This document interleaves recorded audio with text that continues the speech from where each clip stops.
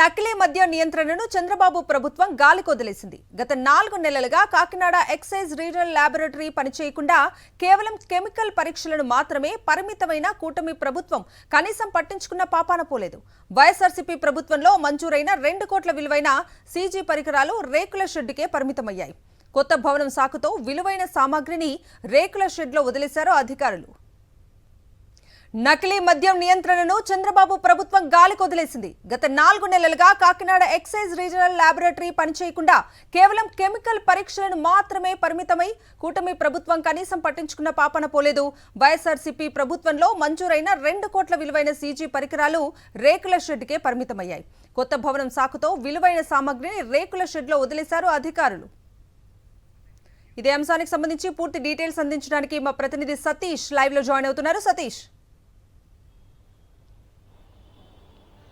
కవిత, రాష్ట్ర వ్యాప్తంగా ఇప్పటికే సంచలనం సృష్టించినటువంటి నకిలీ మద్యం వ్యవహారంలో ప్రతి అంశంలో కూడా తెలుగుదేశం పార్టీ నాయకుల పాత్ర, అదేవిధంగా రాష్ట్ర ప్రభుత్వ సహకారం, ఎక్సైజ్ అధికారుల సహకారం అన్నది చాలా స్పష్టంగా కనిపిస్తుంది.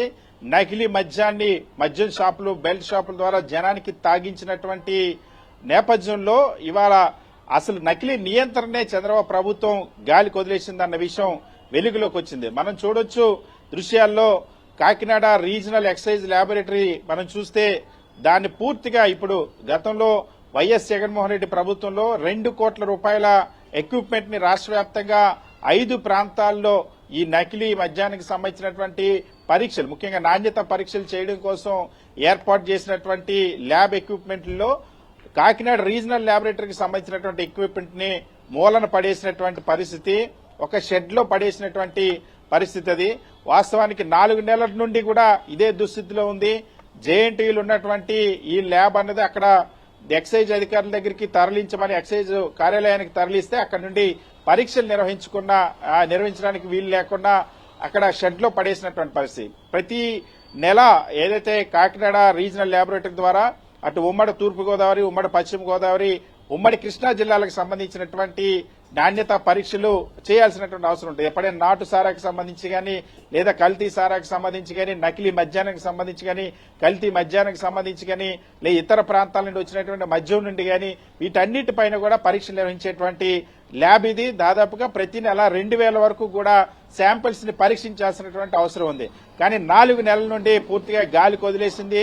ఏమన్నా కేసులు వచ్చినప్పుడు కొన్నిటిని పరీక్షించాల్సి ఉంటే వాటిని గుంటూరు పంపి పరీక్షిస్తున్న పరిస్థితి. ఇక్కడే మనం చూడొచ్చు, ఇప్పుడు నకిలీ మద్యం పెద్ద ఎత్తున డంపులు దొరికింది. ఇబ్రహీంపట్నం ఉమ్మడి కృష్ణా జిల్లా పరిధిలో ఉంది. సో గత 4 నెలలుగా ఎక్కడా కూడా వైన్ షాపుల్లోనూ, బెల్ట్ షాపుల్లోనే ఈ మద్యానికి సంబంధించిన పరీక్షలు సక్రమంగా జరగలేదని చెప్పడానికి ఇదే నిదర్శనం. సో అదే సమయంలో ఇక్కడ మనం ఆశ్చర్యం ఏంటంటే, ఏ 4 నెలల నుండి అయితే ఈ ల్యాబ్ ని గాలికి వదిలేశారో ఉద్దేశపూర్వకంగా అధికారులు, రాష్ట్ర ప్రభుత్వం ఈ ల్యాబ్ ని కొత్త బిల్డింగ్ కట్టేంత వరకు, ఆ బిల్డింగ్ వచ్చిన తర్వాత ఈ ల్యాబ్ ని ఏర్పాటు చేస్తామని వదిలేశారు. ఇక్కడే అర్థమవుతుంది. ఒకవైపు క్యూఆర్ కోడ్ ని ఎత్తేశారు, గతంలో ఉన్నటువంటి ప్రభుత్వం ఉన్నటువంటి క్యూఆర్ కోడ్ విధానాన్ని. దానివల్ల మద్యం షాపుల్లోని, రిటైల్ షాపుల్లో నకిలీ మద్యం చలామణి అయిపోయింది. ఇంకోవైపు పరీక్షించాల్సినటువంటి ల్యాబుల్ని ఇలాగా నిర్లక్ష్యంగా గాలికి వదిలేసినటువంటి పరిస్థితి.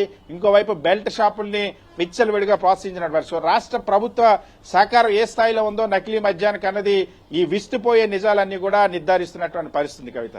Right Satish, thank you. నకిలీ మద్య నియంత్రణను చంద్రబాబు ప్రభుత్వం గాలికొదిలేసింది. గత 4 నెలలుగా కాకినాడ ఎక్సైజ్ రీజనల్ ల్యాబొరేటరీ పనిచేయకుండా కేవలం కెమికల్ పరీక్షలకు మాత్రమే పరిమితమైన కూటమి ప్రభుత్వం కనీసం పట్టించుకున్న పాపాన పోలేదు. దీనికి సంబంధించి పూర్తి డీటెయిల్స్ మా ప్రతినిధి రాజు అందిస్తారు. జిల్లాలో ప్రభుత్వ ప్రొబేషనరీ ఎక్సైజ్ డిపార్ట్మెంట్ చెందినటువంటి ల్యాబొరేటరీ పూర్తిగా పడకేసిన పరిస్థితి ఉంది. గత 4 నెలలుగా కూడా ల్యాబొరేటరీకి సంబంధించినటువంటి కోట్లాది రూపాయలు విలువ చేసే ఎక్విప్మెంట్ అంతా కూడా మౌనం చేసిన పరిస్థితి ఉంది. ప్రస్తుతం నేను కాకినాడ ఎక్సైజ్ డిప్యూటీ కమిషనర్ కార్యాలయంలో ఉన్నాను. ఇక్కడ చూసినట్లయితే ఏదైతే ఈ రేకుల షెడ్ ఉందో, ఈ రేకుల షెడ్లోనే గత 4 నెలలుగా ల్యాబొరేటరీకి సంబంధించినటువంటి జీపీ ఎక్విప్మెంట్ అంటారు దీన్ని, కోట్లాది రూపాయలు ఖరీదు చేసే ఎక్విప్మెంట్ అంతా కూడా పూర్తిగా ఇక్కడ పెట్టడం జరిగింది.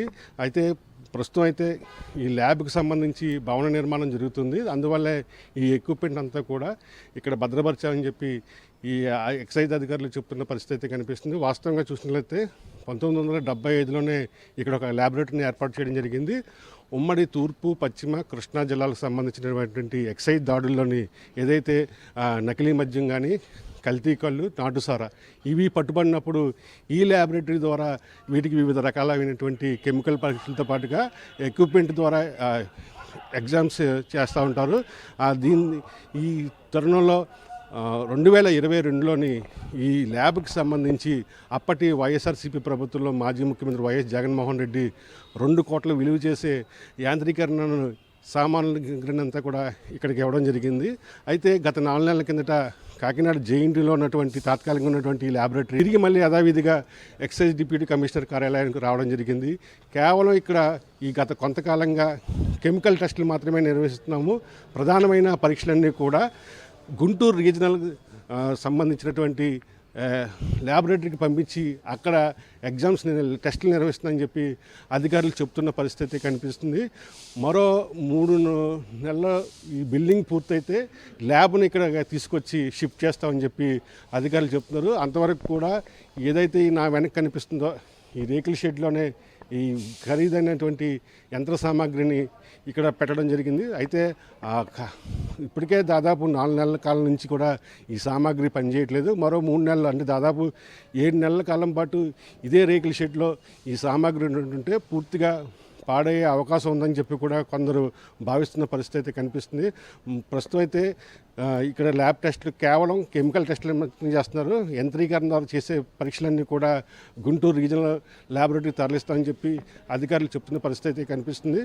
ప్రతి నెల కూడా 1000 నుంచి 2000 వరకు కూడా ఈ యొక్క ల్యాబొరేటరీలో టెస్టులు నిర్వహిస్తామంటున్నారు. అయితే అలాంటి పరీక్షలు ఏమి కూడా ప్రస్తుతం అయితే నిర్వహించట్లేదు. కేవలం గుంటూరులో ఉన్నటువంటి రీజనల్ ల్యాబొరేటరీకి పంపించి అక్కడ వివిధ రకాల టెస్టులు నిర్వహించి పట్టుబడిన మధ్యలో ఎటువంటి కెమికల్స్ ఉన్నాయి, దాంట్లో ఉన్నటువంటి ఆల్కహాల్ పర్సంటేజ్ ఎంత అన్నది కూడా నిర్ధారణ చేస్తాము. అలాంటి పరీక్షలన్నీ కూడా కేవలం మేజర్ పరీక్షలు ఏదైతే కల్తీ మద్యం పట్టుబడినప్పుడు చేసేవలసినటువంటి టెస్టులన్నీ కూడా గుంటూరు రీజనల్ ల్యాబొరేటరీకి తరలించి చేస్తున్నాము. మరో 3 నెలలు గడిచిన తర్వాత కొత్త భవనం ప్రారంభమైన తర్వాత ఈ ల్యాబ్లో ఉన్నటువంటి ఎక్విప్మెంట్ అంతా కూడా అక్కడ తరలిస్తామని చెప్పి అధికారులు స్పష్టం చేసిన పరిస్థితి. విడుదల శ్రీనివాస్తో కలిసి కరస్పాండెంట్ రాజు, సాక్షి టీవీ, కాకినాడ నుండి. మధ్యలో ఎటువంటి కెమికల్స్ ఉన్నాయి, దాంట్లో ఉన్నటువంటి ఆల్కహాల్ పర్సంటేజ్ ఎంత అన్నది కూడా నిర్ధారణ చేస్తాము. అలాంటి పరీక్షలన్నీ కూడా కేవలం మేజర్ పరీక్షలు ఏదైతే కల్తీ మద్యం పట్టుబడినప్పుడు చేసేవలసినటువంటి టెస్టులన్నీ కూడా గుంటూరు రీజనల్ ల్యాబొరేటరీకి తరలించి చేస్తున్నాము. మరో 3 నెలలు గడిచిన తర్వాత కొత్త భవనం ప్రారంభమైన తర్వాత ఈ ల్యాబ్లో ఉన్నటువంటి ఎక్విప్మెంట్ అంతా కూడా అక్కడ తరలిస్తామని చెప్పి అధికారులు స్పష్టం చేసిన పరిస్థితి. విడుదల శ్రీనివాస్తో కలిసి కరస్పాండెంట్ రాజు, సాక్షి టీవీ, కాకినాడ నుండి.